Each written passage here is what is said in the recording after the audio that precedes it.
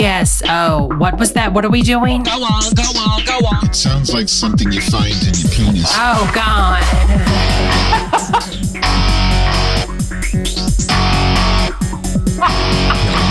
I got my feet in cement, I got my head in the clouds. You might call me demented, but I am too damn proud. I got a hunger for something outside the status quo. So pull up your chair. We are full automatic, we are out and about.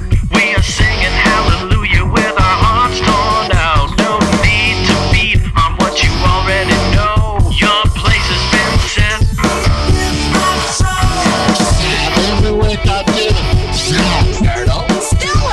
I'm lost. Are you masturbating? I'm getting all worked up. Fuck this pussy. Fuck it. Oh, we're all going to hell. You're so fucking ugly. Fuck you, motherfuckers. I'll fuck who I want. Yeah, jealous, you like it. Don't judge me. Do not call me a fucking onion. Christ. Such an angelical, lively bunch tonight, aren't we? Cha-ching. I smell lunch.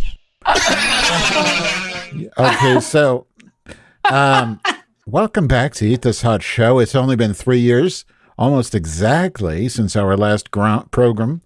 It's Eat This Hot Show, so we call it a program. Wanda Wisdom has been surgically replaced by one Debra Wilkerson. I don't know how that happened, but welcome, Debra. Oh, thank you so much. I think this is the second time I've been on this show, so it's very nice to be back, honey. You were on this show before? I didn't know that. Yeah, a long time ago, you had me and Wanda on it. You invited me on it a long time ago. And little did you know then you would actually be murdering her and taking her place. Yeah, I murdered her, chopped her up, put her in the closet. She remodeled it. And on my other elbow, we have the incredible Dr. Jill Biden. I mean, Dr. Ragan Fox. Welcome is that back. stuff crazy that they're taking her to task for? Right. Because some Wall Street Journal article said she was not a doctor or something. I kind of and now Tucker Carlson has latched onto it, and he uses the finger quotes thing whenever he says Dr. Jill Biden. Oh. Is that all they can do? Is that the best they can do right now? Yeah. Well, he's a scientist, though, because he's always discussing things about COVID, and he's got a bow tie. So, yeah, trust him.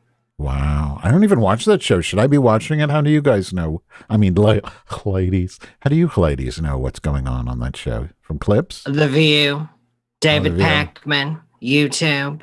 Uh-huh. I just know it from going through Yahoo. At the end of my night, I always go to news.google.com and I just scan the stories. Uh-huh. Yeah, I do too, but I must be not paying attention in the same. I think it's the social media algorithms that's giving me different stuff then. Because I probably at some point said, don't show me that. Don't show me that. I don't want to see that. Understandable. I don't want to see that. I don't want to see that. That works too. Oh that my works God. too. Such a great show. No. By the way, I just noticed, so we were, when that wonderful intro where Debbie stole Wanda's, body snatched her, this warning, this thing came up on my Zoom and it said, click here for professional audio settings. So I pressed it and there's this new option that says show in meeting option to enable original sound from microphone. And what that does is that takes away all of the automatic noise suppression and stuff. So I didn't do that. That's okay, right? Because I kind of like the noise suppression, right? Because I'm OCD a little bit. You have mesothelioma. I do. I have. It's misophonia. It's not mesothelioma. Reagan is a dangerous cancer that murders people on infomercials, and I really don't appreciate. Oh, sorry. That must have been wishful thinking on my part. I messed up the disease. Misophonia is the. Is that real though? Is that a real thing? It is, and it's genetic because I did 23andMe at the start of lockdown, and I have that problem as well. I'm sensitive to sounds. Mm-hmm. But is that what's killing the people? Is the mesothelioma, or is it just diabetes and heart problems? Wear a mask, Debbie. Just wear a mask. Just making sure. No, it's funny because my sister did the 23andMe, and she showed me her big report, and it said no to misophonia, and I'm like, wait a second.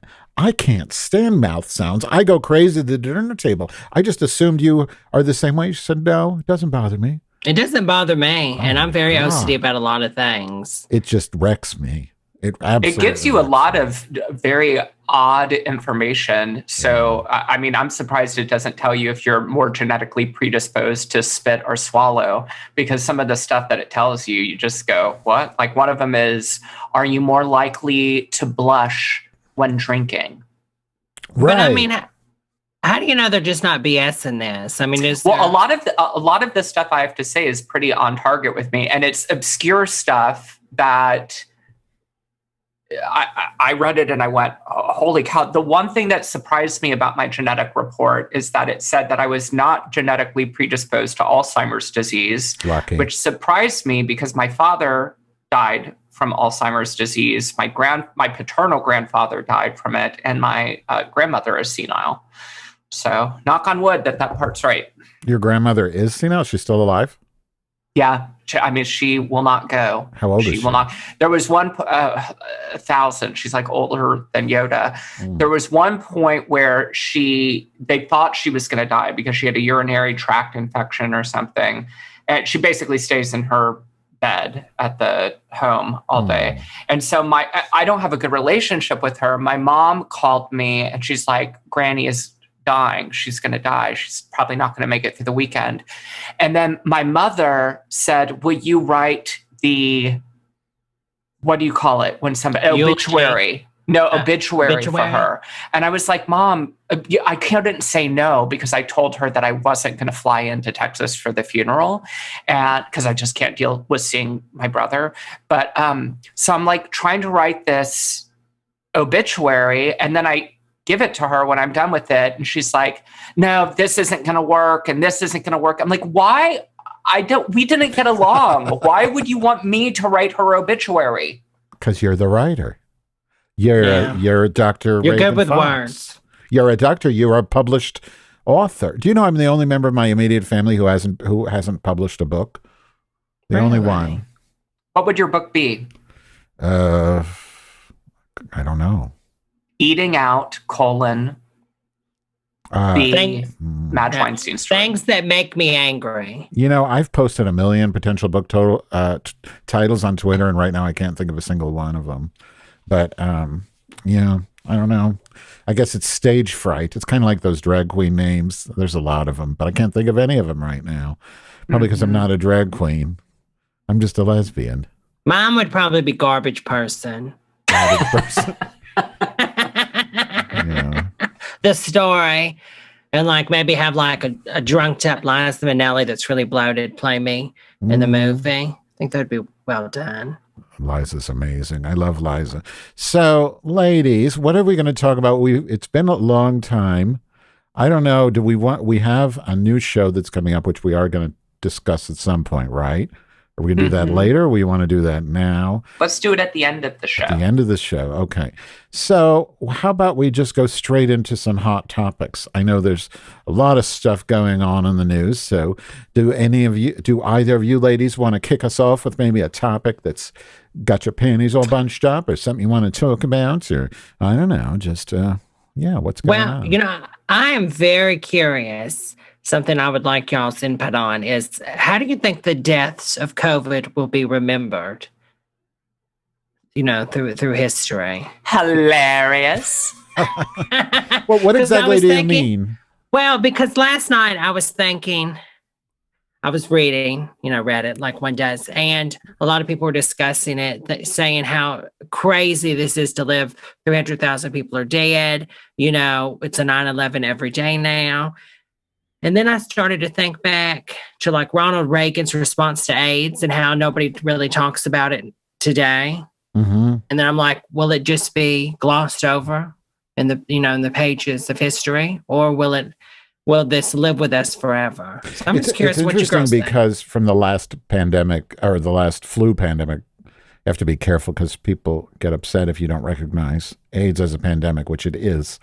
But the flu pandemic of 1918, people didn't talk about it, because like I was asking some people, I can't remember who, it was some people that were, aware of that. They said people just like people who were alive then, like my parents' they just didn't talk about it. It was like, it was a huge thing when you think about what happened in history, that this killed millions of people, but people didn't talk about it. It's kind of weird too, because like my family, many of them were the only people, well, like my grandmother was the only person who survived the Holocaust, but that generation, sometimes you don't really talk about tragedies because it's so fucking horrific. So when you say that they didn't talk about it, do you mean that they didn't talk about it while it was happening, or didn't talk about it after? Afterwards. Okay. I have no idea if they talked about it what was happening, but they did. In fact, a lot of the rhetoric now is precisely what happened then. There was a whole anti-masking movement during the 1918 pandemic, and we just don't learn from history. Yeah, I don't know. Is it really just wanting to, from their perspective, most likely they just want to escape it and get through it. They don't want to go back to the start of the video game. They don't want to discuss it. It's over with. I mean, I can understand that, but past the people that actually live through it, do you feel like... I think what will come, I mean, I think what will be remembered is why we let it, how did it get so bad? In the same way people ask, how could the Holocaust happen? This is a totally different thing, but how could we have had so many more deaths than other countries? Like, how could they have gotten rid of it totally in some countries like New Zealand? And then we've had, 300,000 deaths, is it? I don't even know. Millions of infections. India's had like 150,000 deaths. I mean, just the way we've handled it has been so horrible. And I think that's what's really going to go down in history as the big talking point, in my opinion. And also on the other side would be, how did we get a vaccine so quickly? Which is also really interesting. What, you don't think so, Ragan? Yeah, I don't think it will. There's a difference between, superficially. So there's a difference between somebody like Hitler and the Nazis going out, and people or terrorists hijacking planes and flying them into towers, because we think of that as active. We think of that as willful. And we could rightfully make an argument that people choosing not to wear a mask, or somebody like Trump, who is being so willfully ignorant about his approach to coronavirus. And we could look at that as being willful, right? Yeah. But history, I don't think that people are going to quite understand the significance of Trump's inaction. It will go down very much in the same way as President Reagan waiting 7 years into the AIDS pandemic to ever utter HIV or AIDS in a public speech. Trump will go down as one of the worst presidents in U.S. history. I have no doubt about that. And that may be a footnote as to the rationale for why he is so awful. Right. Yeah, maybe. Who knows? I think though, see, for me, what I think about a lot about COVID and Trump's legacy is, I mean, clearly, like personally, I blame him a lot. I think a lot of these deaths could have been prevented. I think the response was so horrible by him. He just ignored it on so many levels. We could talk about it for a long time. But at the same time, do we give him credit for signing off on Operation, was it Lightspeed or whatever, and getting a vaccine so quickly? I mean, warp speed, that is a huge accomplishment. And he was at the helm for this horrible coronavirus response. So if we're going to give him the blame for that, do we not have to give him some credit for the vaccine as well? That's like me saying next year is going to be the best year ever for movies. It's going to be the best year. I'm actually going to say it's Operation Best Movies Ever. Yeah, but you're not the president. I'm just saying. But you're not the president of Sony Pictures or whatever, No, but I'm just saying he's only.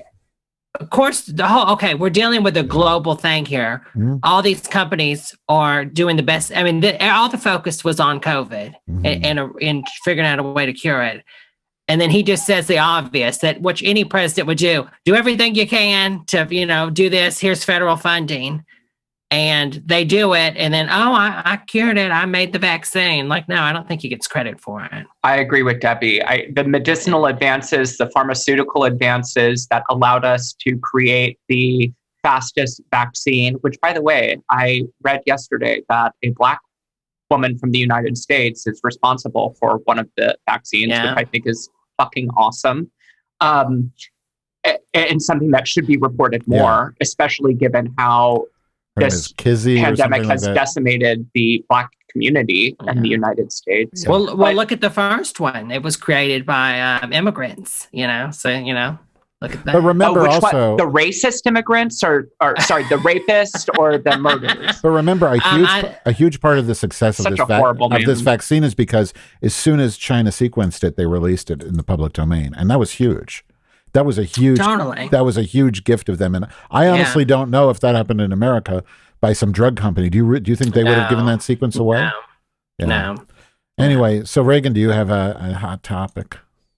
I do. I want to talk about preemptive pardons, which was more of a topic a few weeks ago. It's hit the back burner. I don't know if you heard today, but we have just suffered the most significant cyber attack against our government. That was done by the Russians, and that happened today. And our president is completely... Sorry? They know it was the Russians? I didn't know that. They know it was the Russians. Our president is, of course, missing in action. One of the things that they've been saying on CNN, which I find to be really an insufferable news station at this point, is that, but I agree with this, that Trump is fighting so hard emotionally to cling on to an office that he lost, but he doesn't want to actually do the job that he's fighting to keep. He's into the figurehead aspect, but that's a divergent. He's into the title. Same thing with the vaccine warp speed. It's all about a title. It doesn't matter anything else. Not the labor, not the ethical commitments to squelching the virus. But at any rate, Dr. Jill Biden can't have her title. You see what's exactly hilarious about that? Exactly. And it's only a matter, like, suddenly now that it's a woman who is first lady, and I think she's going to be the first lady to have a job, to be employed outside of the White House. And so you want to attack her credentials. They were even combing over her dissertation, looking at grammatical errors and math mistakes. It's absurd. What do you mean she's the first to be employed outside the White House? What do you mean? Every first lady prior to Jill Biden has given up their job, or they worked full-time as first lady. Yeah. So inside the White House, which is work, obviously. I mean, you look at somebody like Hillary Clinton, love her or hate her. Right. She was the first lady to have an office in the West Wing. She was very active. She did a lot to try to lobby for healthcare, which obviously wasn't successful. Chip, wasn't it Chip? Chip. Yeah. Yeah. Wasn't that one of the things? You said Chip. What's Chip? For the kids, healthcare for children. Yeah. Do you remember that? Yeah. I believe so. That was like one of the things they finally signed off of. Mm-hmm. Remember they wanted to do, didn't they want to do like a public option even back in the 90s, right? And then they finally agreed. That was huge. Actually, I was on iChip for a while before we had Obamacare, even though I'm not a child. It also created some plans for people who can't get insured before. Yeah, the Children's Health Insurance Program, CHIP. Yeah. What year was it created? Just out of curiosity. Let's see. 90. Well, right now it's telling me to all our readers, please scroll past and donate select amount for Wikipedia. Donate for what? 97. Okay. I think that's what it's saying. So the preemptive pardons. Sorry, okay. It's just my Go ahead. fucked up mind, stream of consciousness. I have to. You ask for one topic, I'm like, here are 5 topics. I guided you, honey. That was my fault for asking what you meant by employed or whatever. So don't worry about it. Just keep it rolling, Mary. Big wheel keep on turning. Preemptive pardons. So there is concern now that Trump is going to try to preemptively pardon himself and his family members, so that any criminal activity that he engaged in prior to leaving the office, he would not be tried for. And I did a little bit of research into this, and it turns out that Washington, only a few presidents have done it. There is precedent for doing it. Washington, but none of them did it for themselves. No. Justify. Washington did it for people who staged the Whiskey Rebellion, which was a response to a whiskey tax. Jimmy Carter did it for draft dodgers for the Vietnam War, which makes a lot of sense. In a way, it happened with Nixon because Ford did it for Nixon. But this is a president trying to protect himself, his kids, his lawyer, Rudy Giuliani, which is completely unprecedented. But something that I find fascinating is that if you pardon, you are implicitly admitting to a crime. And I don't know if that means that you have to be explicit about the crimes that you are pardoning. But so what do y'all think? Nobody knows of this. For the blanket pardon, correct? Well, doesn't, that's what's so. It doesn't. I read somewhere, you never know if it's real or legit or not, that a pardon is when you agree to be. It's not just, you don't just get pardoned and that's it. It's a two-way thing. You get pardoned and then you accept the pardon, and by accepting the pardon, it's an admission of guilt. Yes, and you're waiving your what is it? Your if you get he gets deposition in like New York, he can't claim his Fifth Amendment, right? Yeah, play the Fifth. He can't do that anymore. But I mean, all this is just federal charges. So I mean, I don't. Well, there's the issue too, where like some big shot, I can't remember who it was, but like somebody who I wish I could remember, but it was somebody who seemed like credible to me, but they really had a valid, this sounds crazy to me, but they were suggesting that Trump will likely resign before the end of his presidency so that Pence can pardon him.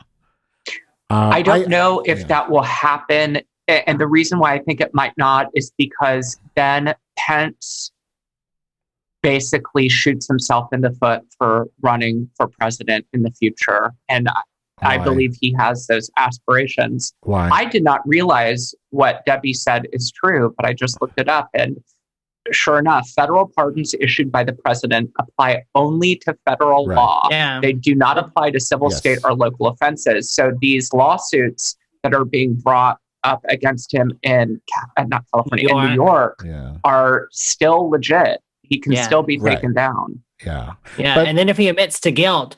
So the problem is nobody knows what a blanket pardon, that's really murky, and we won't know until it gets tested. So he can go out and say, and this is interesting if you think about it, I hereby, Donald J. Trump, I don't know, he sounds like Nixon, pardon myself from all current crimes and future crimes. And we're not going to know until this gets tested in court. You can't pardon yourself. That's why he has to do it. No. Pence, then why would anyone suggest that Pence would do that? Because of the optics. Optics. Since when does Trump doesn't care about optics? No. That's why he'll pardon himself. But see, think about it. Pence is nothing without Trump. Right. Trump can do these things in Trump's bubble. If you look through everything that's gone on, everybody that's tried to emulate Trump. Okay, look at that guy in Alabama that lost to what's his name? The pedo guy, he tried to emulate Trump, and he tried to out Trump with his grabbing by the puss and all that stuff, and it didn't work out for him. Okay, but so it's not going to work for Pence. Okay, so why, Ragan, did you say that it would hurt his chances for Pence to be president? Why is that? Well, because Pence is not an idiot, and Pence realizes that the expiration date on Trump is coming up. It's good. Remember what happened after George Bush left office, and nobody wanted anything to fucking do with him. They were all like, stay away, stay. All these people who were avid Bush supporters suddenly pretended like they weren't. And it's going to be even worse with Trump. That's what I predict. So if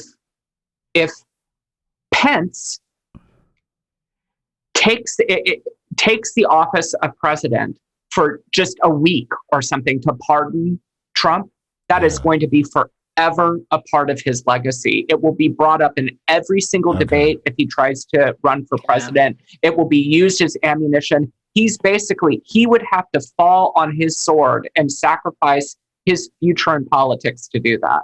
And I just don't think he's going to do that. Well, look at Gerald Ford, right? That's the only thing he's known for pardoning Nixon. Huh? And falling.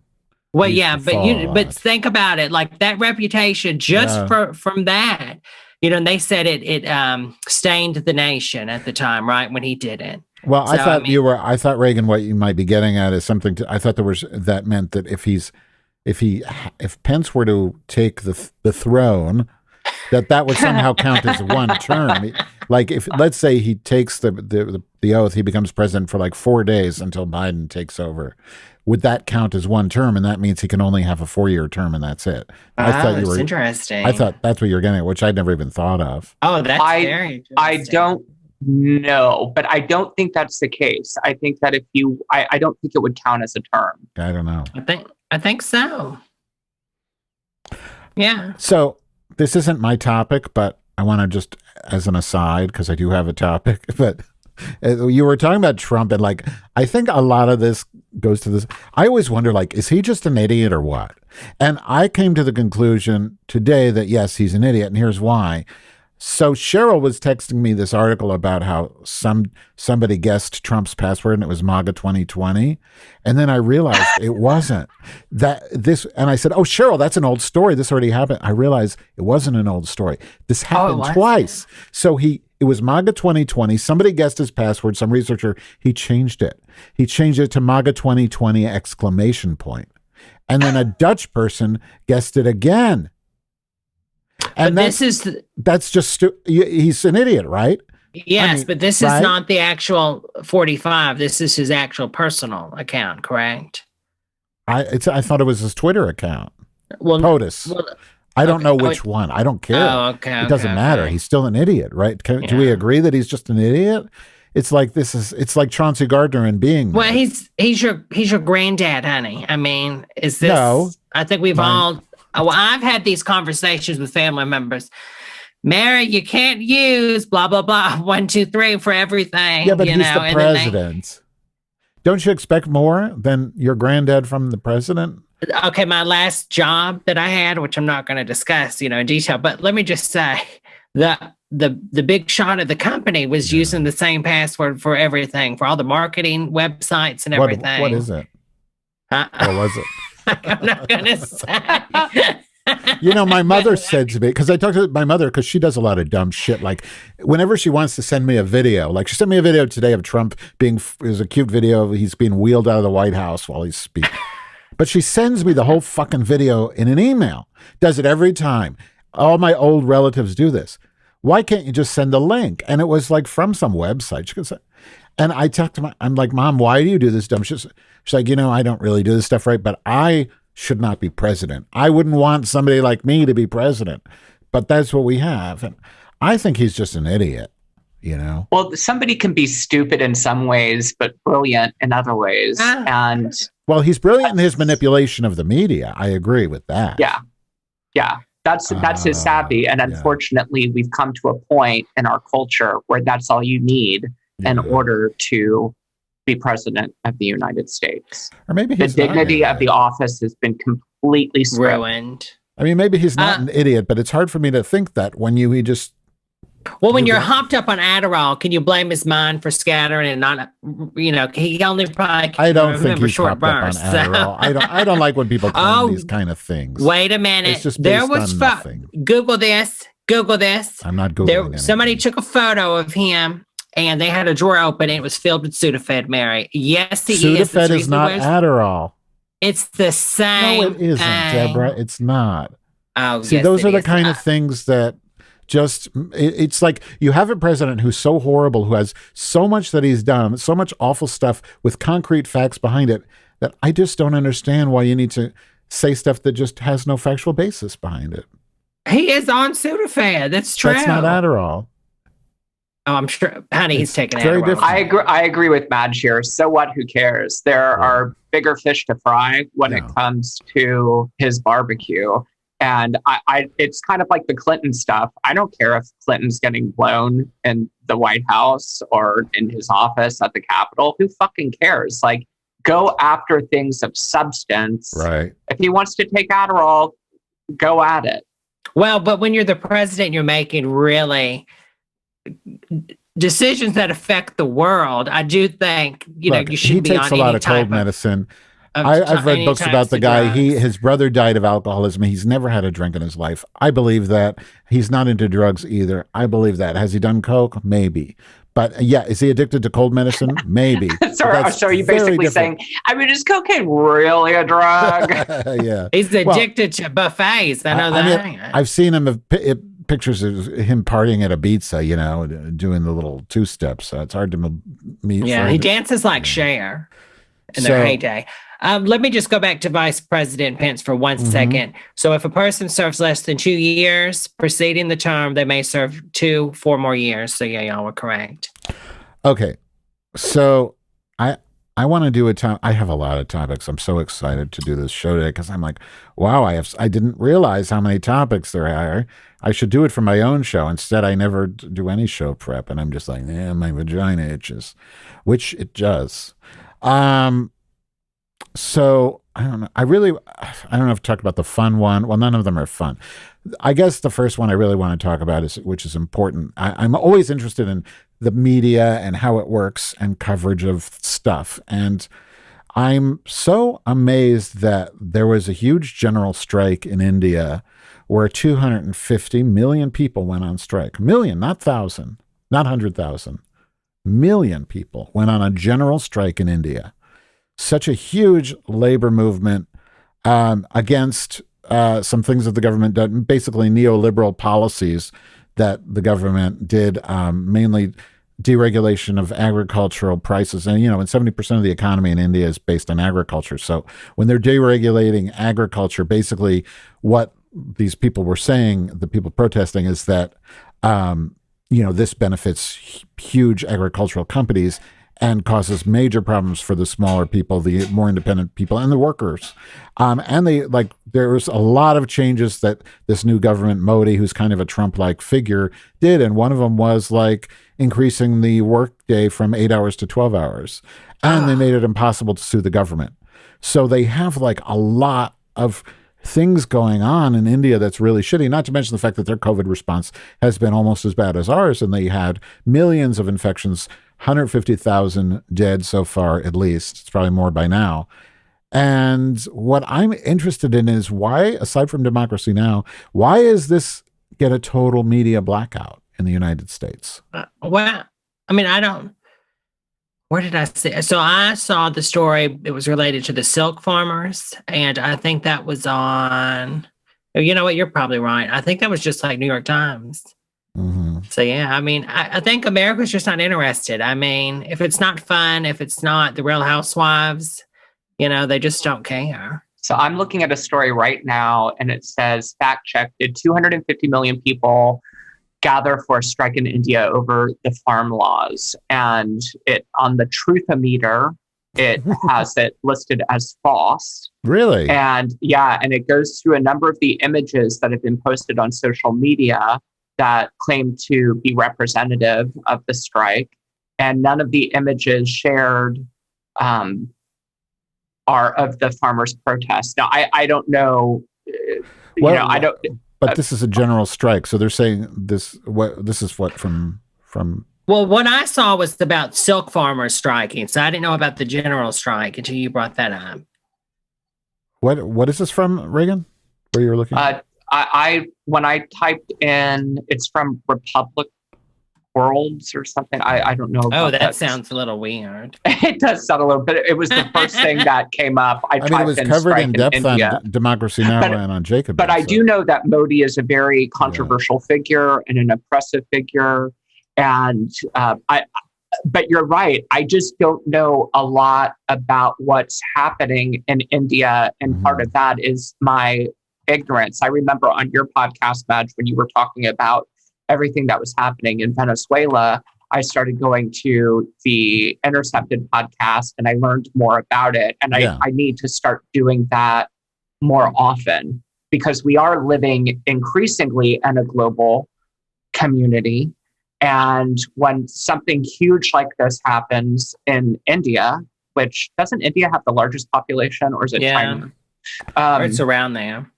yeah, it will have ripple effects and affect us all. So Okay. I'd be interested in learning more about what's happening. See, I'm not putting the onus on us. So, and I have an agenda behind this topic. Okay. And I'm just going to be upfront about it.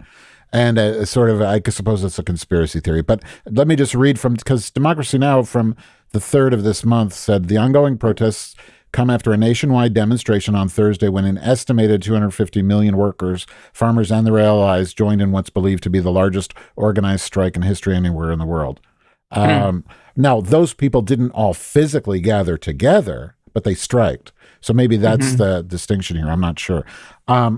So what this topic is about for me is neoliberalism and its control over the media. I don't feel, Ragan, that it's your responsibility to know about these topics and define them. I mean, in a way it is, of course, but I feel like that these topics, my thesis is that these topics are being kept from us by a media that is driven by neoliberal forces. Yes, I 100% agree.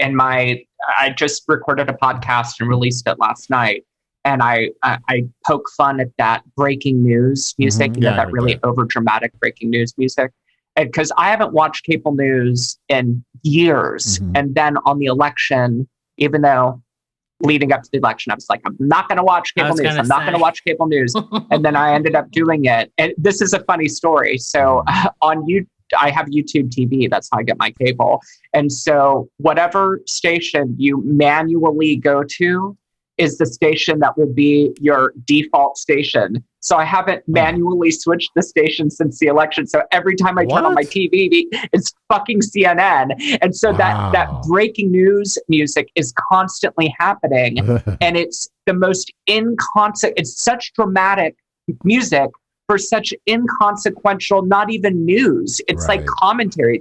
It's talking heads about all things domestic and about op-ed stuff, not actual news. And it's maddening that I think that we should have laws that, and you may look at this as a restriction on free speech, Madge, but we should have laws that you can't just call yourself news if you're not news.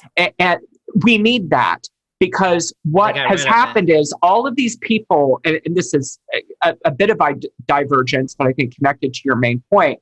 You look at all of these people who claim to be fringe media sources when they get sued. So like when Alex Jones got sued by the parents who lost their children at Sandy Hook, his defense in court was, well, everybody knows that I'm not news, that I'm just entertainment, so you can't take any of this seriously, so there are no grounds to sue me. When people sued Hannity for all of the lies and conspiracies he put out, that was his defense as well. Then if that's the case, we need laws that say that you're not news. And by the way, I feel the same way about CNN.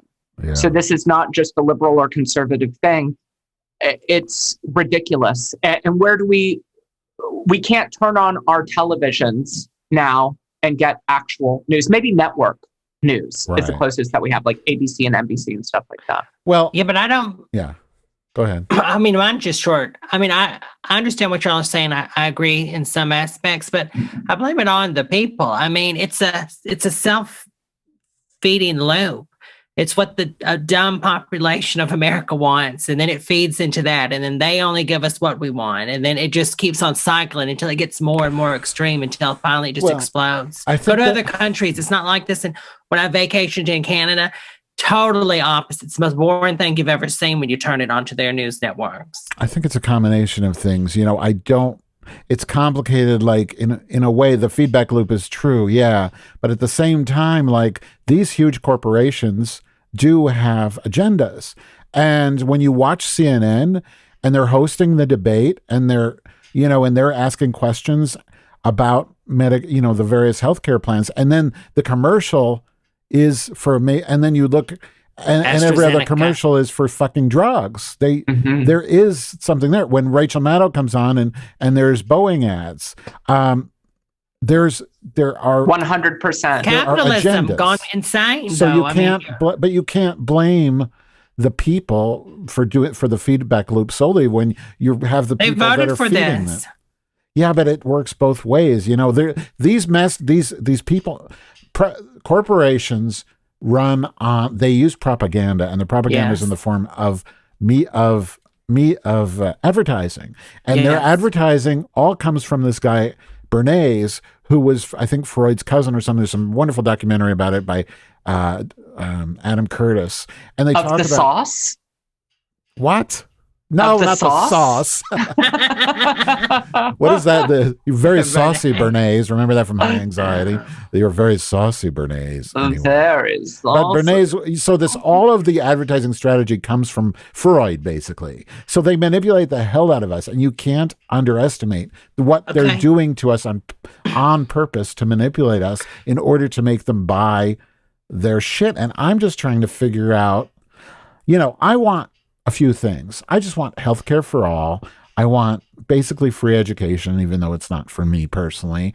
And, I want a Green New Deal. I want serious, work to be done to actually make changes for climate change. Those are things I want. And I feel like the neoliberal agenda stops that because it's all based on putting the free market everywhere. And the insidious thing is it wraps itself in calling itself, it basically is a parasite to the Democratic Party, calling itself, the party of the left. No, the left is what I am. You're very Marxist, Madge. Yeah. Because Marx's theory of hegemony is that you trick the people who are the workers into thinking they have the same shared values as the people in control of production. Right. And that's where we're at. It's staggeringly awful to see how many people are so utterly invested in their exploitation. And it's so insidious because, we're in a situation financially where you can't, when I was a kid, my mother took me to the bank. She's like, "Here, Madge," because that's my name. "We're going to go to the bank and you're going to get your first savings account." And I learned that if you put money in the bank, you get 4% interest. Wow. And then they always used to say, if you get $1 million, you live off the interest, right? Can't do that anymore. So all these kids today are earning money, and you can't earn money on it without investing it in risky places. So they use this Robinhood app, which is a place where you invest. A lot of these millennials and Gen Z people invest. What are they investing in? The same corporations that are causing this problem. It's another feedback loop. Yeah. It's speaking of property ownership, because that is something that is very generational, right? And in California, they just tried to pass a ballot proposal, I think it failed, that said that if somebody over a certain age, basically boomers, if boomers wanted to move into a new place, a new home, and put their old home on the market, that they wouldn't have to pay taxes on their new home. And that to me was just so tone deaf, excuse the ableist language. Yeah, because the idea is that we have a housing crisis, so they want to be able to move real estate easier. But the people who are the most burdened by the home crisis are the people who could never get in on the ground floor. And one of the things that I find startling is when I go to Palm Springs. I love going to Palm Springs, and for a long time, I considered buying a home there, renting it out for the year, and then retiring, so at least I have equity in something. And there is a big pushback by Palm Springs residents, and I understand their concern because they think, well, you have all of these people who come in for Coachella and all these other events, and they become our neighbors for the weekend. They don't care about the neighborhood. They trash things out. They're extremely loud. And if you can't afford a home here without renting it out, then don't buy it here. And I get that. But then on the flip side of it, I go, yeah, but you're part of a generation that was able to buy a home when you were in your 30s, sometimes even 20s. I'm part of a generation. I'm 44 years old and I'm still renting a 1-bedroom apartment. And the only reasonable way that I can think of to own a home is to take that road. Playing the game. Yeah, but to speak to Madge's larger point, we're not going to hear about stuff like this. And I hate saying stuff like mainstream media because that makes it seem like I'm buying into all the conspiracy theorists and stuff like that. But they don't want us hearing news from another country about people protesting. Right. People in power, because then that puts ideas in our head. Yeah. Yeah. So I want to know. So I listen to this. I highly recommend this socialist podcast called Jacob in Radio, and they do a lot of fantastic work. So well researched. And one thing they were talking about in this show I was listening to the other day is like, well, two parts to it. The first part is, you know, when you make fun of the other side and just call them stupid, as enjoyable as that is, and I'm guilty of it as much as anyone else, it doesn't accomplish anything. And she said, this woman, Anna Kasparian, what we need to do is you need to see how can you bring people to our side. And just making a video of it at a Trump convention wearing MAGA hats and saying stupid things about masks, it's entertainment, but it doesn't really do anything to bring people over to our side. So I guess given what we just talked about, what could we possibly do? I mean, at this point, nothing. Well, Sarah Silverman provides a model for this, right? She is very invitational in her approach to sides that are not consistent with her beliefs or values, and she doesn't come at them from an adversarial position. I think another person who is like stand-up comics or tend to be, some of them, better at this than others. What's the guy who's shorter? Patton Oswalt is also really good about this. He made news a couple of years ago because somebody was really viciously responding to something that he wrote on Twitter. And he went on to the guy's timeline out of curiosity and found out that he had some debilitating illness. And Patton Oswalt, rather than attacking him back, raised money for this guy. And it completely turned that guy's worldview upside down. And so I understand the inclination, especially as somebody who was bullied and abused growing up, where my knee-jerk reaction is to respond in kind. And one of the things that I have been working on since I turned 40 is trying to reprogram myself to where I don't go to that place. Right. When crazy comes to my door, not meeting it with crazy, but trying to engage. Asking questions is a really important thing that you can do. So asking them, so explain to me, like, and letting them know, my intention is not to try to change your mind, but I'm curious. And this is something Debbie and I have done in alt space. For a couple of weeks, we hosted a debate in alt space, a debate space. And rather than telling people you're wrong for thinking this, we would say, both of us respectively, like, okay, help me understand this. Here's how I see things. Here's what you're saying. Help me build a connection.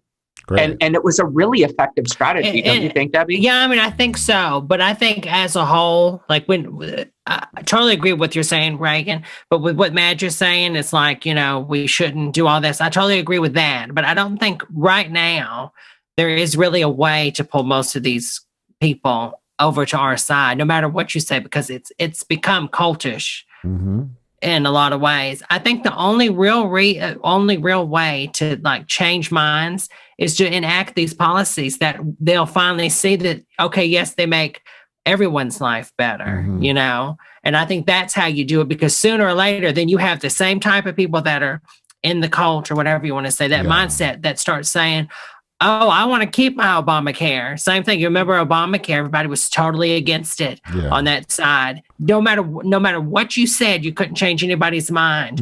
And then once it got passed, you've got these people that are pro-Trump, but they're like, oh, but I want to keep my Obamacare. Well, I do this show sometimes, this Orange Pill show, which is a Bitcoin show, and I'm on that sometimes. And Cheryl was giving me a hard time why would you be on that show? Because Max, who's one of the hosts, goes on Alex Jones and talks about shit. And Max is very right-wing. So Stacey is not, but she's very much what I consider, like me, fair-minded. But she was very much against Biden. In any case, Cheryl's giving me a hard time. Why would you want to talk to that people? And my answer is, of course I want to talk to those people, because their audience is mostly libertarians and, conservatives. Of course I want to talk to them. I don't want to just talk to people who agree with me. I want to talk to people who don't agree with me and just show them at least there's some common ground we can have as humans. And my problem that I've had after this election is I really don't like this attitude that a lot of people take, where it's like, if you voted for Trump, don't talk to me. You're against me. You're against gay people. You're voting against everything I am as a human being, and I'm cutting you off. And I just feel like that's a recipe for war.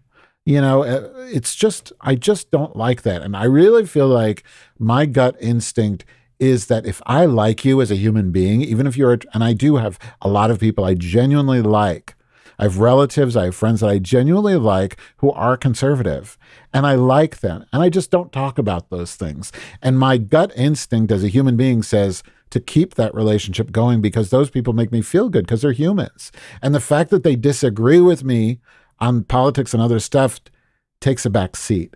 And that's so intuitive to me that I really feel strongly about it. And I feel like two issues I see, and I don't want to muddy the waters between them. And I think Debbie will probably agree with my stance on the first one. So the first one, well, actually, let me do it in the reverse order because it'll make more sense. So the first of which is I agree with you that I have people in my life who are conservative or who are even conspiracy theorists right now. My friend Kristen, who I did Big Brother with, has, in my opinion, completely gone off the deep end and with conspiracy theories. And with like mask stuff, or painful for me to read her updates. Is it like mask it hurts stuff my heart. Like she believes that microchip Bill Gates, all of it, just all of it. And but the thing is that I love her, right? And I love her like family. And my hope is that when the pandemic goes away, that she's going to find her footing again. And so I choose to compartmentalize that part. I on Facebook, I don't we're still friends on Facebook, but I snooze her every 30 days because she's posting so many conspiracy theories, but I still reach out to her. We spent Thanksgiving before last together. So on Thanksgiving, I messaged her and, I told her I love her and that I'm thinking of her and vice versa. And she knows that that's where my head is at. So I get what you're saying. And so we find other ways. We know what not to talk about with one another and still bring joy to one another's life. However, that is different than going, and I agree with Cheryl here, that is different than legitimizing Alex Jones' platform. Because the thing is that it's categorically different if you are engaging in a discussion where both parties are coming at it from an earnest place of having to try to have a real conversation versus you going on to somebody who is intentionally a rabble rouser and trying to stir the pot. And that is what his game is. It's what his MO is. I mean, really think about this for a second. This guy is such a piece of shit that one of the parents, or I should say both of the parents, of one of the kids who had his face literally shot off, they had to go and identify their child with a missing fucking face. And because of what Alex Jones did, they were getting death threats, claiming that this was complete fiction. And so I think it's unconscionable that anybody would try to have a conversation with him. I agree, but it's not me doing it. So am I guilty of us by association by going on some shows? No, I don't think you are. But I think it's a fair critique for Cheryl to say, hey, you might want to consider who you're associating with. I don't think it's fair to place the onus on you. And I don't think she's doing that, but I do think it's fair game to point it out. I mean, he admitted that this is all a character. That's what's so sick about it. When he was sued, yes, he admitted that it was just it's not real. And I've talked to got to be a line. And I've talked to people who know him behind the sines who say that's true. Yeah. Joe Rogan says it, but he still has them on. And I'm like, it almost makes it worse in a way. Yeah, it totally makes it worse. And, I battle with this all the time because I really do. I think Joe Rogan is a wonderful interviewer, like Howard Stern level. Right. I mean, he really is. He can cut through so much bullshit.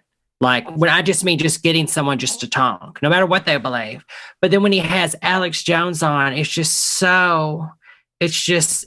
disgusting. I think people do it for the numbers because Alex Jones. Oh, he does. He said, "Oh, I like Alex." He says crazy shit. He says crazy shit, man. Yeah. But you know, it's a really strange line. It really is. Okay, so we've been talking for about an hour. So do we want to pivot to? Do we want to finish with hot topics and go to talk about our new show, or what are you thinking? I have a few more topics that I want to talk. Yeah, I have a topic too. Okay, go, Debbie. Mine is short and sweet. Okay. So I discussed this on my YouTube, and I want y'all's input because I've gave mine, but I'll go through it again. The Tom Cruise blow up explosion. I'm not a fan of Tom Cruise personally, but I think he's a fabulous actor. I love all of his movies. You know, if you can believe some of the crazy shit in that religion, you know, and believe it, and he totally does. He does these scenes, you know, all by himself. But long story short, so he had an explosion on the set of Mission Impossible 15 or 7, 8, whatever it is. And 15. He'll be like 60. The best one yet. Yeah, the best one yet. It's going to space. Ooh. And so he had the explosion about the people on set standing too close together and not following proper procedures for COVID safety. And everybody started coming out. This is just like Kristen Bale. How dare you, allow him to do this? That's demeaning. I think it's justifiable. Look, we're living in some really crazy times. 300,000 people have lost their lives. They're finally able to film again, which I think is questionable. You know, really, shouldn't everything be shut down? But, you know, you're taking the best precautions you can.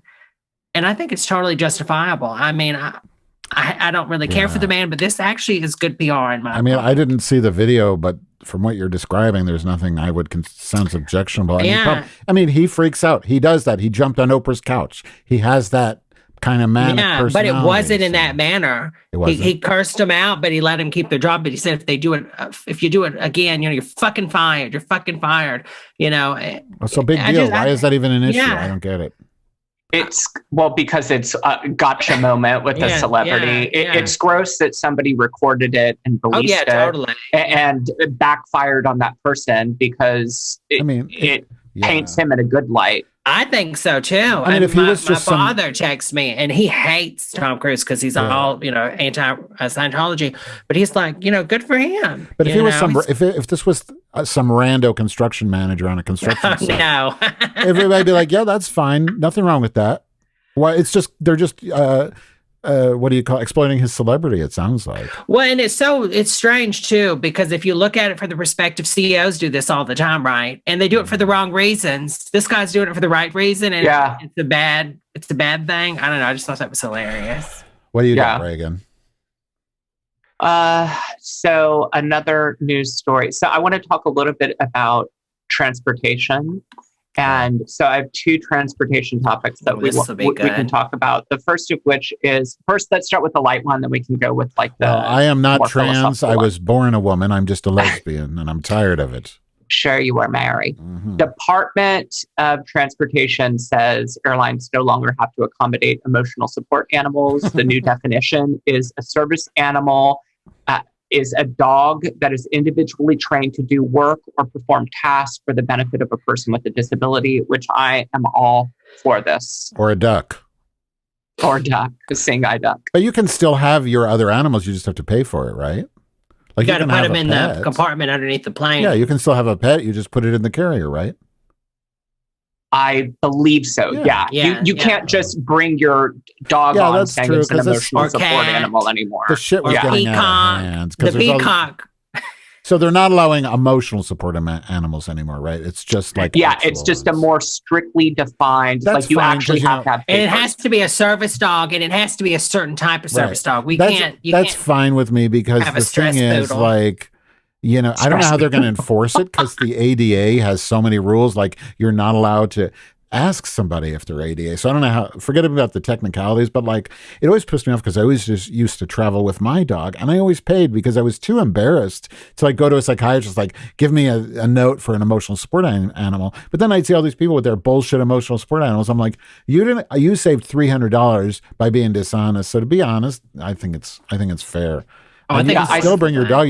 You pay for it. So I saw a public freakout because that's my thing lately for the past year or two. I saw a public freakout where a woman, at first, sometimes I start watching the public freakout video on Reddit, and I think that the person at the beginning of the video is the unreasonable one. Yeah. And then you come to find out, no, they're responding to somebody who's being unreasonable. So it was a woman with a dog and screaming, get your dog out of here, get your dog out of here. But I looked down at the dog. It was like, that dog's so chill, but give me a break. But no, it turned out that she has a dog that can anticipate seizures. And somebody else had brought their dog. Did you see this video, Debbie? I know what you're talking about. Okay. On TikTok. So somebody else brought in a dog into the grocery store, and it was not an emotional support. It wasn't any type of support or service. And it distracts the dog. And it distracts the dog who is trying to do its job. And it shows the woman rounding the corner after she's getting into this altercation, a verbal altercation with this other woman, and she's crying. I mean, she's really, and the dog jumps up on her to make sure that she's okay. And it just beautifully encapsulated why this is a change that is so long overdue. Yeah. So the other transportation thing that I have a question about, and this is my own ignorance, is I don't understand the appointment of Pete Buttigieg to Department of Transportation Secretary. And let me say this. Yeah. I think that he is brilliant. I wrote a piece of research about him, an essay about him. And I do think that he is exceptionally bright. But absolutely. I don't understand what qualifies him to be the Secretary of Transportation in this cabinet.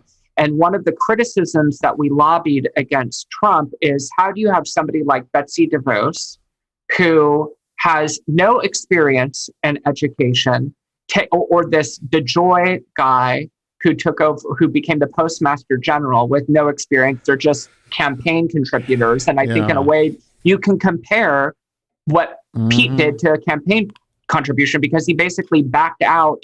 They all dropped out. They all dropped out so that Biden would have a road.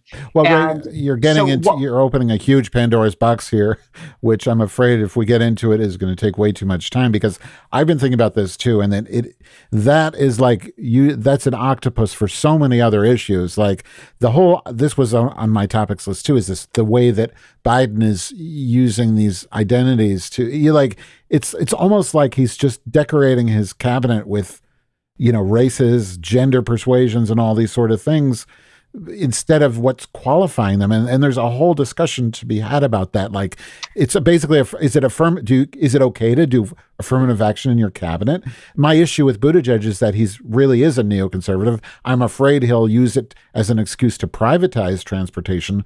I don't like his experience with working for McKinsey and working on Blue Cross of Michigan makes me very nervous. And I don't trust him at all. And by the way, Biden has said that infrastructure is one of his top priorities, because his campaign slogan is "Build Back Better."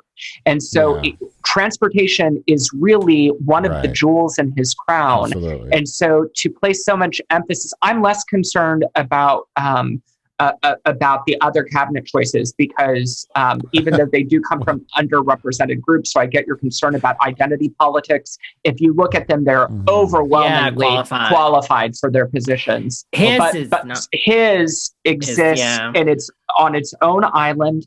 And so what is this about? He says he likes trains now. But there's so many other things. They're not all qualified. Like, there's this a woman, African-American woman, I forget her name. It's like Munch or something like that. And she was supposed to have agriculture because she'd be in charge of food stamps, and she's really good. She's very progressive with food stamps. Instead, they put her on HUD. And of course, there's really no true progressives on the cabinet at all, which fucks over progressives big time. And there's going to be payback for that later in the next election when they need us again, because they're not going to have it. Chief of staff. But my biggest complaint is the defense secretary, this guy, forget his name, but he's on the fucking board of Raytheon. That's one of the hugest defense contractors. Talk about a conflict of interest. And, and this is where I get so despondent about America. We have this $750 trillion, whatever the $1 billion defense budget that, almost unanimously gets approved, because war is fine. And this is why I really feel like so many people don't vote, because there's only one party when it comes to foreign intervention and war. The war party, that's all of us. And you have the fucking guy from Raytheon running the Defense Department, but he's black. Lloyd Austin is his name. Yeah, Lloyd Austin, former Iraq commander. The one good thing I will say for Biden is today he announced that he was the Secretary of the Interior. I can't remember her name, is a Native American, which that on the surface sounds amazing, because the Interior really is something that belongs. It's the inside of your vagina, the root I was going to say, of your vagina. Buttigieg should have got that, because the gays are good with design. Well, they're good with parks, and benches, But transportation. I mean, Buttigieg, could rebuild motors. I don't know what to say. It's. I don't hopefully know. He'll be Much good. like the Queen, a mechanic. Yeah, a mechanic. I think he just gave it just to give a title, and there was nothing else. Right. And then Buttigieg probably came to the camp and was like, "I dropped out, blah blah blah blah blah." And then they're like, "Look, throw him somewhere." All I can say is this. I mean, I hope that Biden knows what he's doing. Buttigieg is very smart. I hope he does well. I think he's intelligent. But I have to say this. If we don't get if we don't get anything, some significant legislation out of these 4 years, I'm not voting for a neocon again, a neoliberal again. I'm not going to do it. And if they throw us some other horrible person, like if Kanye West is running in 24, or if Trump comes back in 24, and you say, "Oh no, shame on you, progressive. You have to vote for Biden because of this, and he didn't do shit for me. All he did is satisfy centrists." He's not going to get my vote. I mean, let's be real. I will be shocked if Biden lives through his term. Okay, another neocon. Let's just say Buttigieg, for example, or Harris. Can we take this I'm not back sure a second? about her yet, but I need something serious. I need something good. I need some real good climate action. I need Medicare for all, or something real close to. No, I was saying Harris is another neoliberal who would pose a more serious threat, because she would be the ticket at that point if Biden doesst survive. And I don't mean to be grim when I say that I don't think Biden will survive. But hometown. But I have experience with older people. My father was born in 1920. He was 84 when he died in 2004. And when I look at Biden, I really look at somebody who physically looks like he is not long for this earth. That's the impression that I get. So I hate to be that person, but I would not be surprised at all if he didn't live through the next 4 years. I want something good. I know a lot of people in finance, and the dollar's been plummeting. And I was asking a friend of mine in finance today, like, why is the dollar going down? Hold on. I just had to say this as just what you just said. Those first two sentences. When you listen to talk radio, and those first two sentences just sounded like you were about to say, but gold is something that never depreciates in value. Oh my God! 1-800-GET-GOLD. Yeah, sorry. Oh, not yet. I thought he was about to go into Bitcoin. We are looking. No, but if you are buying gold or selling it, then please contact us for sponsorship opportunities. No, what was I talking about? I forgot. Oh, your friend in finance. The dollar value. So I'm like, why is the dollar going down? Because like the euro, at least certainly compared to the euro, even I'm like, well, I know they had bailouts, but why so much lower than in Europe? Like the dollar compared to euro is getting worse. And this person said because the finance people expect the Democrats to get both seats in Georgia and the Democrats to get the Senate, which means that Biden will push through another $9 million in stimulus. And that's going to drive the dollar down. That causes inflation. So I thought that was interesting. So if he does get that, I'm going to have a lot of expectation. I'm going to want some real legislation pushed through because we have no excuse. What do you think that he can reasonably do? I need something for healthcare, and I want something for climate. And I think realistically, I think he will do. I really think the climate is going to happen. I think he will. I think one of the best things he can do, and it doesn't affect me directly, but I think it'll be great for the economy, is write off all the government debt. Student loans. that the government, which is I think like 70% of the student loans are government funded. And Debra, you're staring at me. It's making me crazy because your little camera thing fucked up, and I just see Debra staring at me in a box. It's so and it looks like she's kind of like hovering over a bush. She's like, given me such an evil stink eye. But no, but I think that sounds like there's a really good chance that he'll do that. And he could do that actually without the Senate too, I believe. So if he writes off all that debt, think of all those young people who'll be able to spend more money in the economy. It will be a huge, as somebody who I racked up, I think $120,000 in student debt. And my mom luckily came and saved me from that a few years after I got my degree. Mm-hmm. And it forever changed the course of my life. Well, my parents paid for my college. I didn't pay a dime. And all I did was get okay. Ooh, that's but I didn't have great. 7 degrees like Reagan. I had my, are you still there, Debbie? I think we lost her. You guys, a moment of silence for Debbie, who died Debbie's dead. of COVID-19. She got it while filming this episode. She died, and we will miss her forever. Deb, who am I gonna go into Oculus with? Yourself. Is it? Myself. Doesn't Cheryl have one yet? No.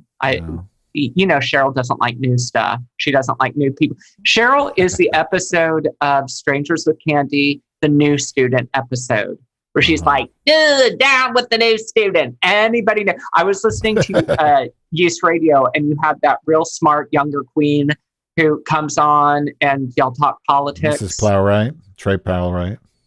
And he's very intelligent. And I just know that Cheryl probably hates Of course, I'm sure. her. Well, I don't think she's listened to the show anymore. I don't think she listens ever since. Oh, there's Debra. Debbie's back. She's back alive. Oh my God, the kitty cat started coughing up a hairball. Is that a euphemism for your vagina? So you couldn't say excuse me? Serious. How'd you run?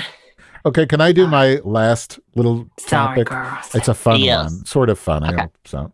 So this guy who's a reporter for Daily.Media Lite, his name is Zachary Patrizio, posts this thing on Twitter today, and it says, it says Congressman Dan Crenshaw is currently following an escort on Twitter who charges $1,500 an hour, and shows a screenshot.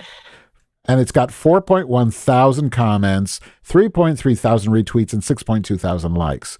Now, what the fuck is going on? Who cares if a congressman is following an escort?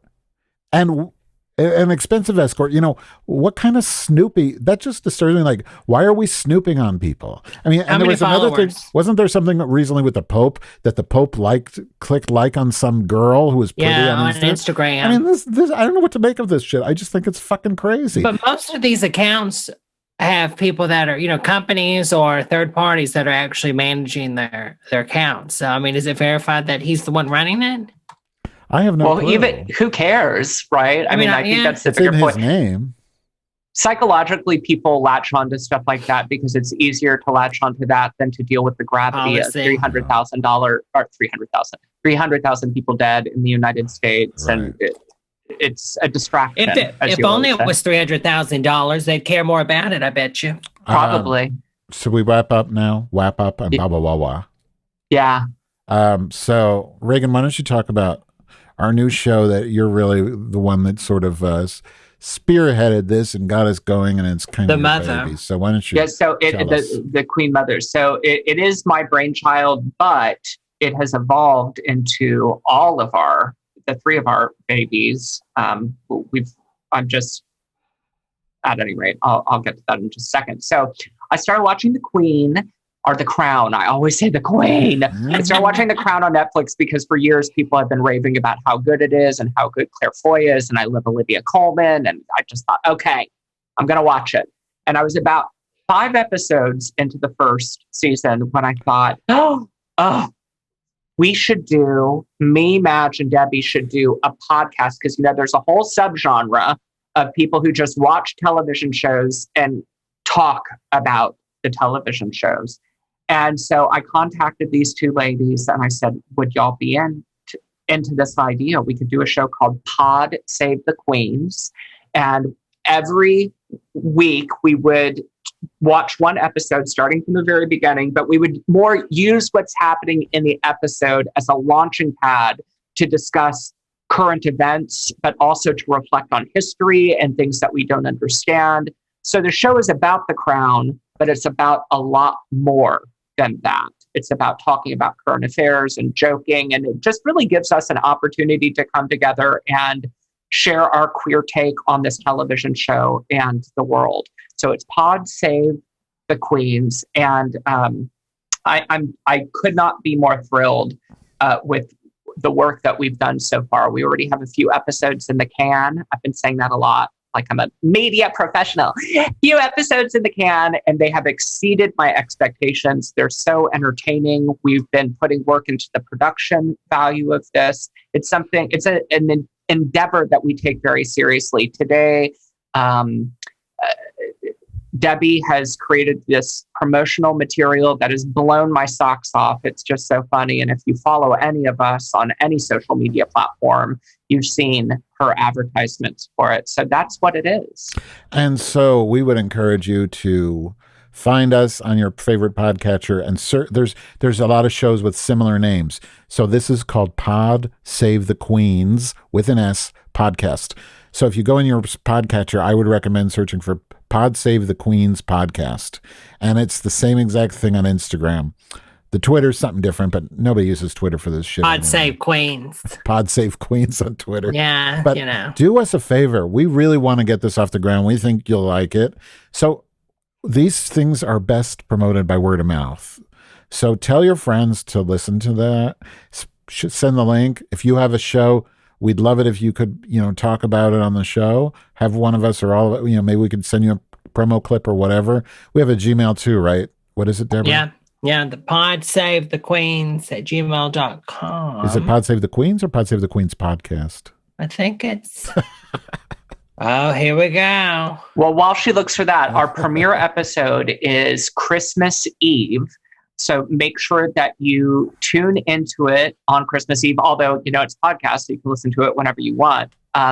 And we are going to release one episode a week over the course of the next 10 weeks. So you have a lot of content. Each episode is about an hour long. It's very enjoyable. We're going to play a teaser of it at the end of this show. Yes. What teaser are you going to play?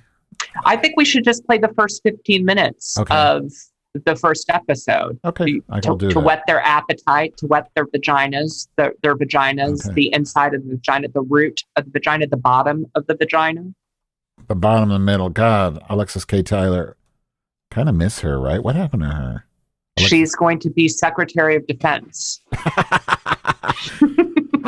She's going to be Surgeon General. I got it, Deborah. It's Pod Save the Queens podcast at gmail.com. Pod Save the Queens podcast at gmail.com.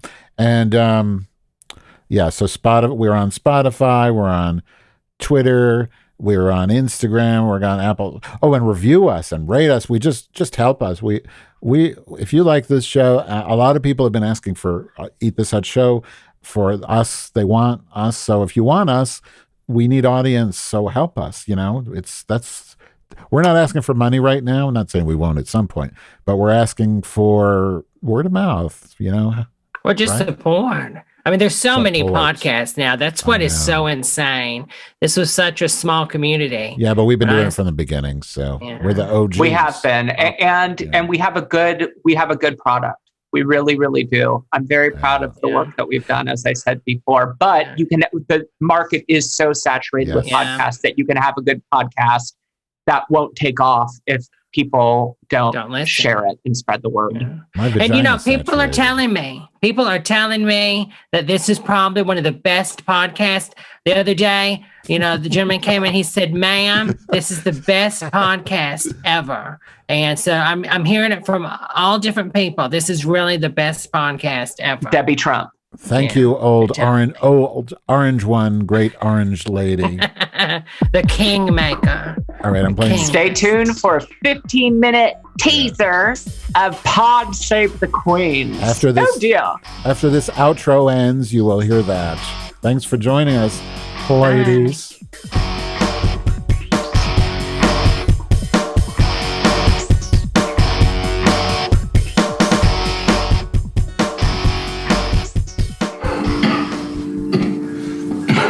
That would have all been very antiseptic. But like a great many other things, I'm going to give it all up. For you. Spot of blood in my spittle yesterday morning. Has Winston no shame?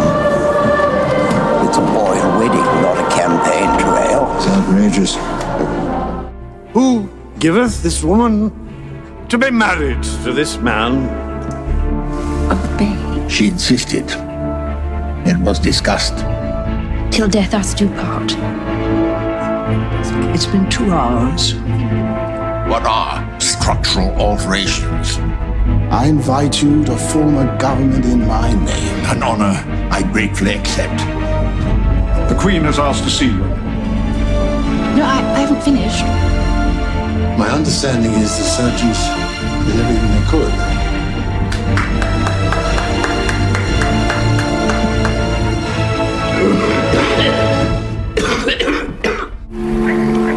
I understand, sir.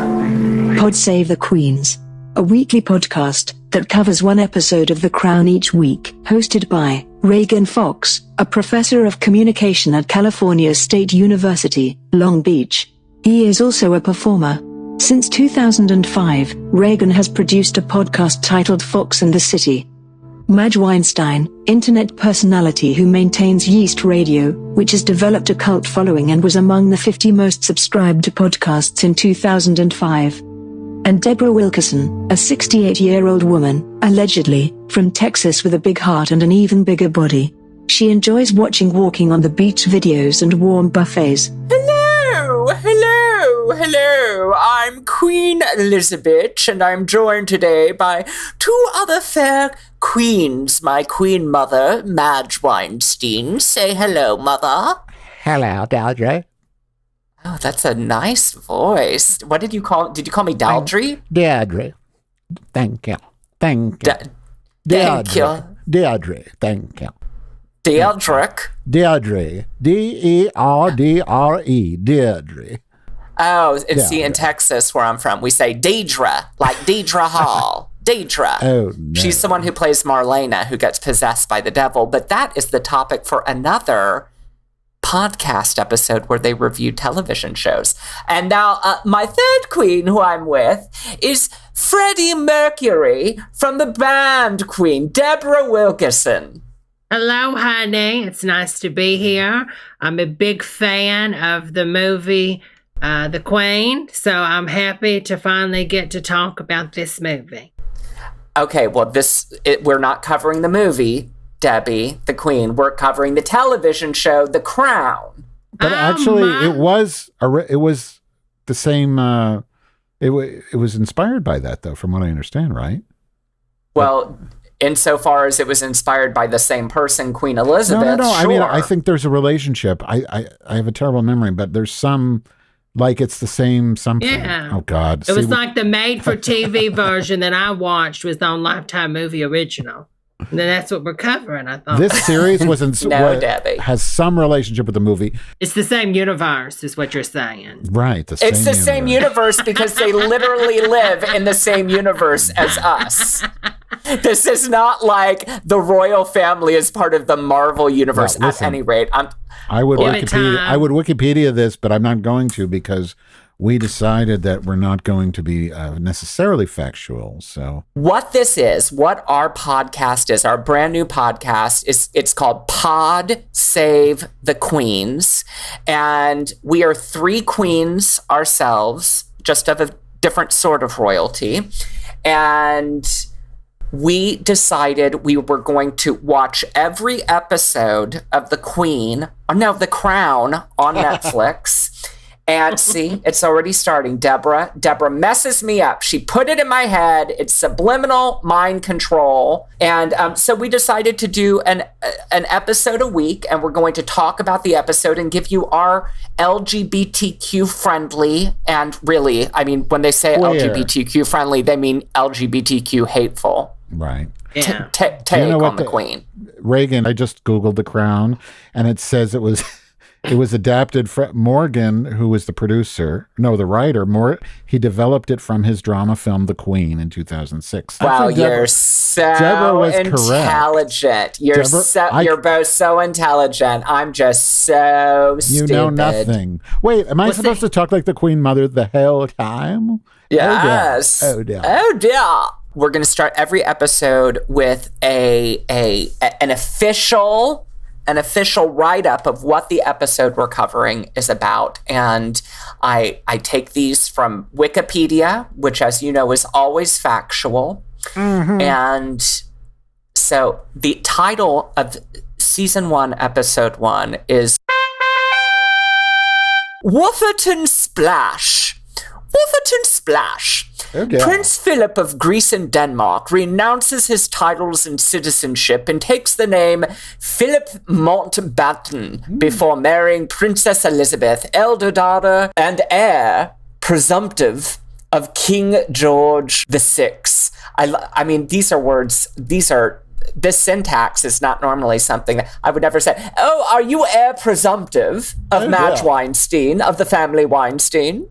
I presume I am presumptive. Fantastic. The newlyweds move to Malta, where Philip rejoins the British Royal Navy while Elizabeth gives birth to her son Charles and daughter Anne.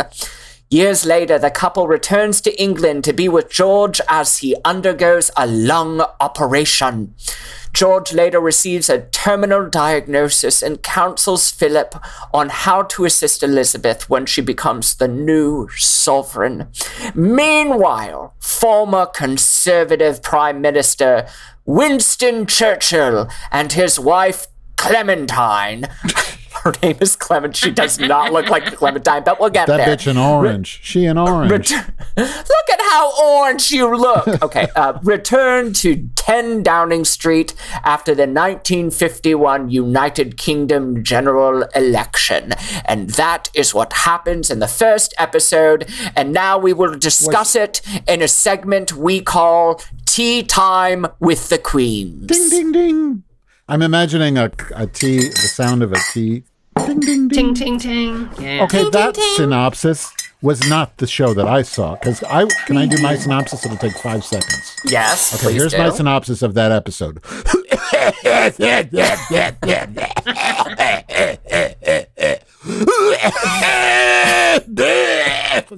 The end. And so the show begins with King George VI, who wasn't he the main character in the King's Speech? Yeah, played by Colin Firth. Yes, he is. Yeah. And incidentally, Colin Firth won an Oscar for that role, and what's her name won the Oscar for playing the Queen?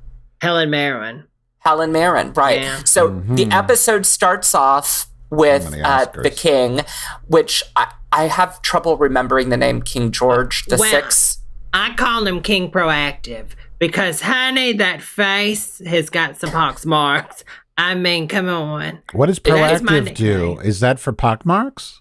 Yeah, Proactive's an acne medication came out in late 2000. And so I just say King Proactive. Okay. I also marked down King Pockmark, but I'm not sure what you girls would call him. I call him King Dead after the first episode.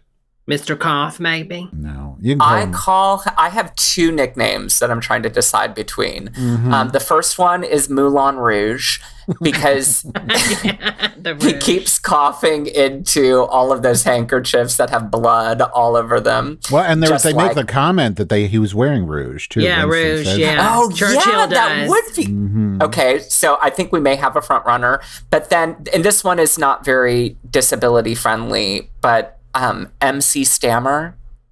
No. Well, but he really didn't do. I didn't get a sense that he had a stutter at all in this universe, right? Yeah, he wasn't. Well, he does. He does. He has a difficult time. But he already But they didn't mastered really it. play on it though, like they did in the King's But that was a Speech. different time period. That was the beginning when he was learning to master it, like our president mastered his stutter. So I guess it's more evolved. Biden. Lots of parallels, right, between what's happening now and what was happening then. So Biden having to overcome his stammer or his stutter and his fall and recovery. I'm fine with Moulin Rouge. Yeah. Okay, let's call it Moulin Rouge. I like that. Because he dies. Yeah, he dies just like the prostitute. Oh, and she died, from the same thing. Who, the Queen died? I thought she's still alive. No, she's still alive, but Jennifer Nicole Hudson. Kidman. Oh, no, Nicole Jennifer Hudson. Jennifer Hudson's not in Moulin Rouge. The reboot. Her character. Yeah. I thought you were like, what? Nicole Kidman died?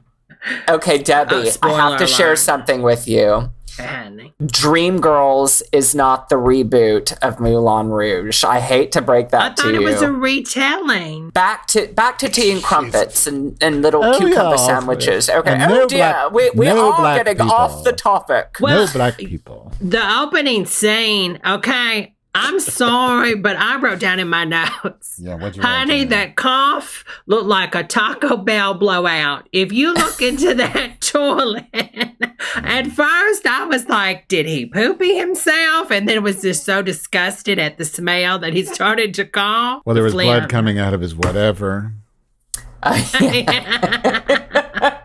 You know, that's what Trump would say about Moulin Rouge. He would be like, he's such a nasty man. He has blood coming out of his everywhere. whatever. I like kings who don't cough up lungs. We see Philip in this weird scene where he's denouncing everything that he is, which is total foreshadowing, right? But this is something, I think it's a gender dynamic that is very interesting and one that we'll see in future episodes. Typically, a woman is the one who has to give up her name, to give up her hobbies, to give up her sense of identity. And what we have here in a time where women have just gotten the right to vote is that a man has to do all of these things and be there to support his wife. I noticed that too, but I didn't feel like they were really aware of that. Like I don't feel like the show made I don't think they presented that well. I guess they put it in the back burner. Like it wasn't as I don't know. What do you think, Ragan? Because you study all this, you teach genderisms and all this sort of thing. Well, so I want to be honest. Honesty is the best policy. I've already watched the first 5 episodes, and that's when I had the idea to contact Debbie and Madge to say, hey, let's do this podcast. But once I said that, I stopped watching the series because I want every episode to be as fresh as possible whenever we discuss it. Well, that's all you're going to hear for right now. If you want to hear more, then guess what? You're going to have to wait for Christmas Eve and subscribe to Pod Save the Queens podcast. And same thing on Instagram. If you can't find it, then Instagram us. Follow us on Instagram. Make us famous. Have a wonderful, wonderful, whatever space of time exists between now and then. Gurgle. Where's my purse?